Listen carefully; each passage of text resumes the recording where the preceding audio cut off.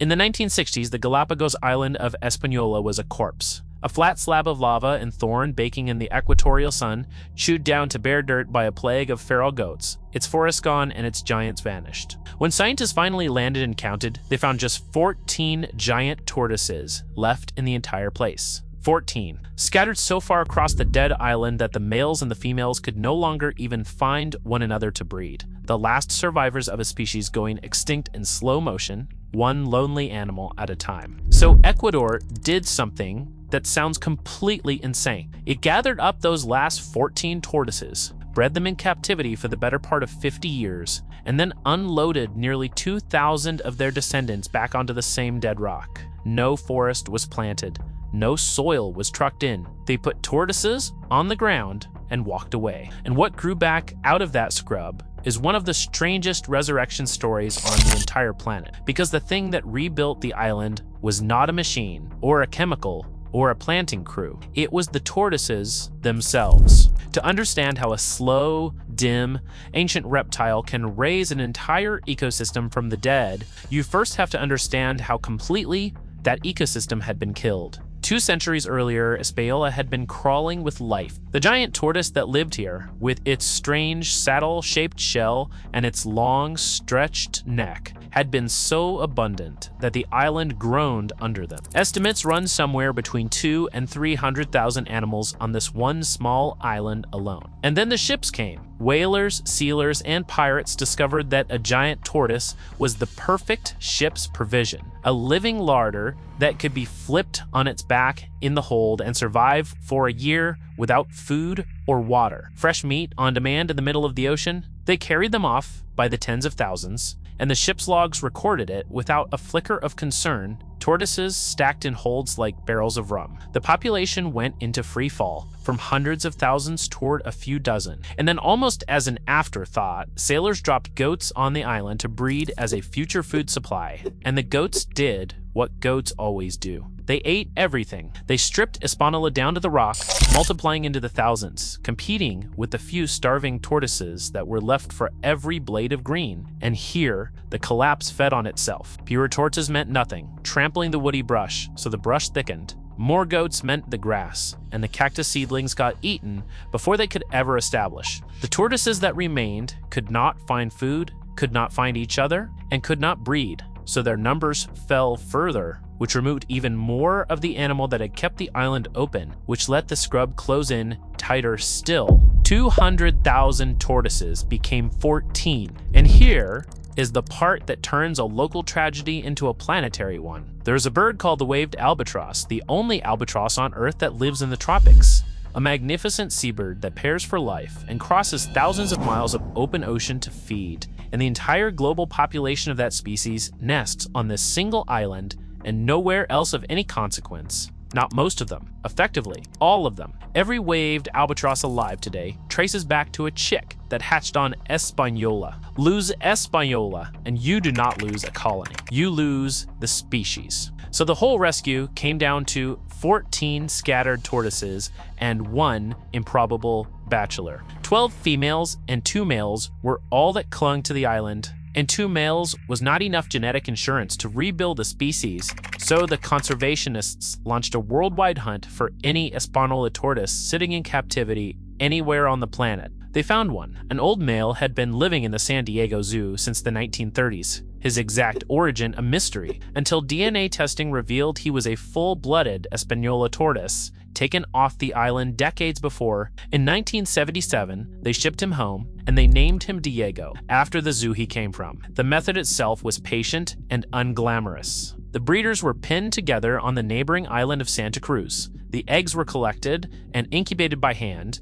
and the hatchlings were raised in safety for about 5 years, long enough to grow too big for a rat or a hawk to kill, before being carried back to Española and set loose in batches, once or twice a year, for decade after decade. And Diego turned out to be a machine. Over the next 4 decades, he fathered an estimated 900 offspring, roughly 40% of every single tortoise the program would ever produce, an old reptile almost personally repopulating his own species. Although, and this is the detail nobody puts on the posters, a quieter, less photogenic male, known only as E5, actually fathered more young than Diego did. He just did it without the swagger, so Diego got the fame and E5 got the results. But the rescue almost failed anyway, and not for the reason you would guess. Rebuilding a species from 14 animals is a long shot on its own, and plenty of captive breeding programs have poured in decades and millions of dollars only to release animals into habitat that quietly kills them. The skeptics had a fair point.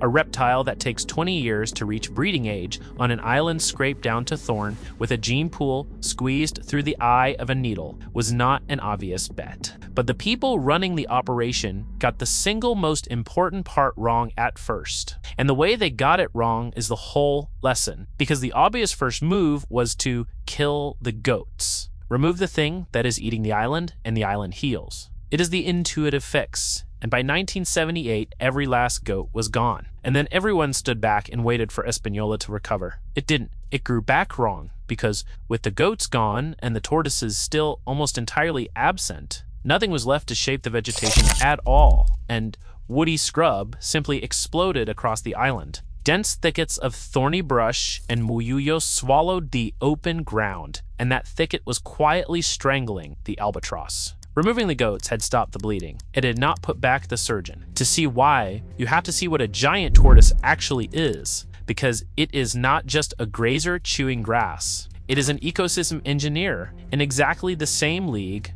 as a beaver building dams or an elephant flattening forest. As it browses and tramples and plods its slow circuits across the island, it physically reshapes the land underneath it. Think of it as a 400-pound living lawnmower that never switches off and never needs fuel beyond sunlight and cactus. It crushes woody seedlings under its weight before they can harden into impassable thicket, and it keeps the ground open. Picture the difference between a meadow that gets mowed and the same meadow left alone for 10 years. The mowed one stays open grassland, the abandoned one turns into a wall of saplings and brush. The tortoise is the mower, and it had simply been switched off for 100 years, which let the brush win. And here is the number that tells you how powerful one animal is. As few as 1 or 2 tortoises per hectare. Roughly a single tortoise wandering a couple of acres is enough to flip a patch of land from closed, thorny scrub into open, grassy savanna. That is the entire lever. That saddleback shell and that long neck are the proof that the tortoise and the island grew up together. The high front of the shell and the reaching neck evolved precisely to lift the animal's head to cactus pads in an open, arid land, not to push through a wall of brush. The tortoise was built for an open Española, and an open Española was built by the tortoise. Now, watch the chain reaction run forward, because once the engineer is back on the ground, every step physically produces the next. The tortoise tramples the young woody plants, and the closed scrub starts breaking open. Into that newly open ground comes the prickly pear cactus, the opuntia, the keystone plant of the whole island, the thing half the island's animals depend on for food and water and shade. And the cactus needs the tortoise as badly as the tortoise needs the cactus. The tortoise eats the falling cactus pads off the ground before they can take root and crowd out their own parent plant, and it swallows the cactus fruit and seeds, carries them across the island in its gut, and deposits them far away in a ready-made pile of fertilizer. The reptile is the cactus's gardener, its pruner, and its delivery service all at once. Where the tortoises have come back densest, satellite images taken across the years show the land visibly shifting from dark closed scrub toward open savanna-like ground, while the patches with few tortoises keep thickening with brush. The same island, photographed from space, sorting itself into 2 different worlds depending on one thing, whether the engineer is present or absent. And the open ground does one final thing, the thing that matters to the entire planet. It clears the runways, because a waved albatross cannot take off like a sparrow. It is an enormous seabird with a wingspan close to 2.5 meters and almost comically small legs. And to get airborne, it has to waddle down a clear stretch of open ground, build up speed, and hurl itself into the wind, often straight off a sea cliff. Woody scrub blocks that runway completely. A grounded albatross is a dead albatross. So, when the tortoise eats the brush and opens the ground, it is quite literally clearing the airstrip for the only albatross colony on Earth. A reptile that cannot fly keeps an entire species of seabird in the air, and the numbers behind that recovery are staggering when you lay them end to end. 14 survivors became a captive program that released nearly 2,000 young tortoises back onto Española over 5 decades. Those released animals began breeding in the wild on their own, and the population has now climbed past 3,000 free-living tortoises, judged self-sustaining, growing without any further help. In 2020, the breeding program was declared complete, and the 15 original adults, Diego included, were finally carried home to the island after a lifetime away to retire on the very ground they had saved. To see how razor-thin the success really was, look one island over. At Pinta had the same tortoises, suffered the same hunting,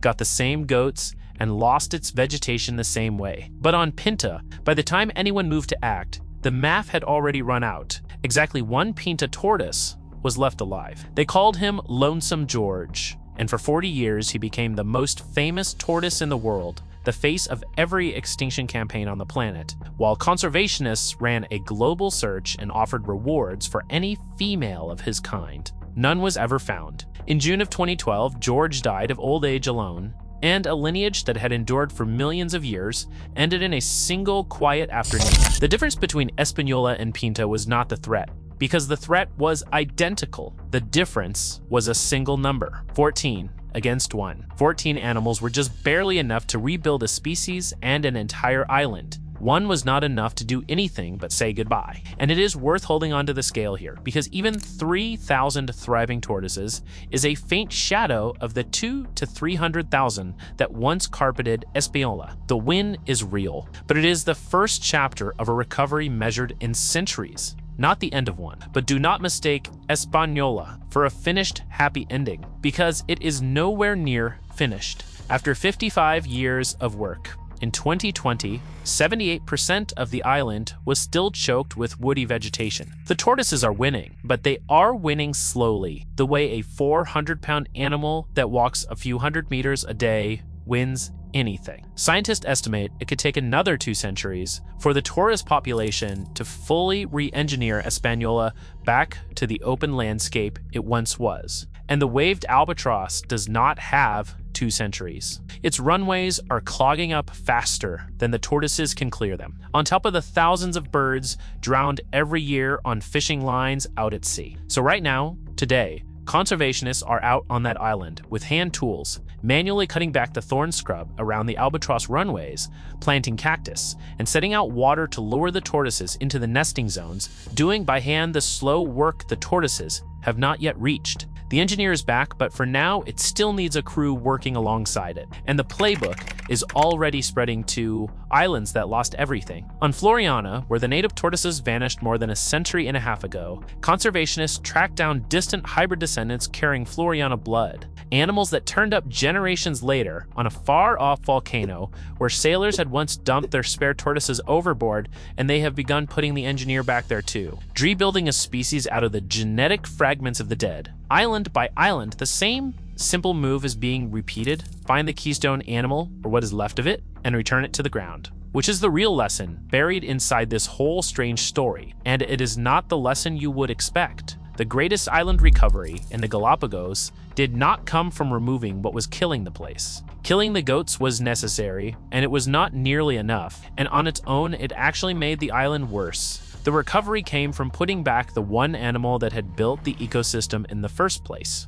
The tortoise is not a passenger on Española. It is the machinery that runs the entire place. The lawnmower, and the gardener, and the seed cart, and the runway crew, all wrapped in one ancient shell. Pull it out, and the whole living island silts up with thorn and dies. Put it back, one slow animal at a time, and the scrub opens, the cactus returns, the runways clear, and the rarest albatross on the planet keeps flying, all of it running on nothing but sunlight and a reptile that walks at a fraction of a mile per hour. Sometimes saving a dead world does not take an army or a fortune. Sometimes it just takes returning the one creature that was quietly holding the whole thing together and then having the patience to let it work. 14 tortoises, one dead island, a whole living world growing back behind them. If watching a single stubborn species drag an entire dead world back to life is your kind of story, subscribe. Because the planet is full of these quiet engineers and we are only just getting started.